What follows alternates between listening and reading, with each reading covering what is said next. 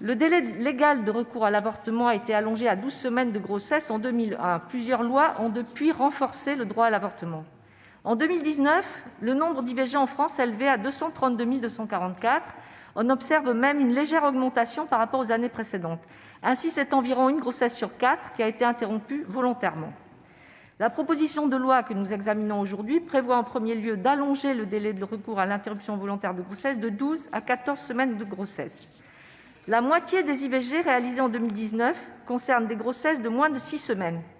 Les IVG réalisées durant les 2 dernières semaines du délai légal correspondent à 5,3% de l'ensemble des IVG, soit 12 000 en 2019. Selon le CCNE, il y aurait entre 1 500 et 2 000 femmes qui feraient chaque année le déplacement dans d'autres pays européens pour pratiquer des IVG hors délai. C'est moitié moins que les 3 000 à 5 000 femmes mentionnées dans l'exposé des motifs de la proposition de loi et moitié moins que ce qu'affirment un certain nombre d'associations. D'autre part, le palier de 12 semaines de grossesse n'a pas été déterminé par hasard. C'est à cette période que l'embryon devient un fœtus.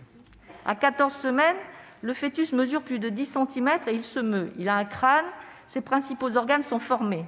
L'audition et les connexions neuronales sont développées et on a 99% de chances de pouvoir déterminer son sexe. Dans ces conditions, le geste médical pour pratiquer une IVG au-delà de 12 semaines n'est plus le même.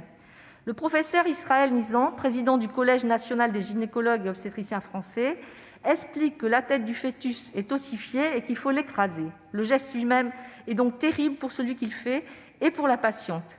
Au sein du collège, il a soumis 4 fois au vote cette mesure d'allongement des délais de 2 semaines. Elle a à chaque fois été refusée à 100% des votants. Pour une IVG pratiquée après 12 semaines, le geste médical n'est plus le même et le protocole doit être révisé en fonction des risques importants que court la femme. Une IVG est une urgence médicale et c'est la prise en charge de cette urgence que nous devons améliorer. Or, les inégalités territoriales dans l'accès à l'IVG se sont accentuées au cours des 15 dernières années. Le nombre d'établissements réalisant une activité d'IVG a diminué de 22%, notamment dans le secteur privé.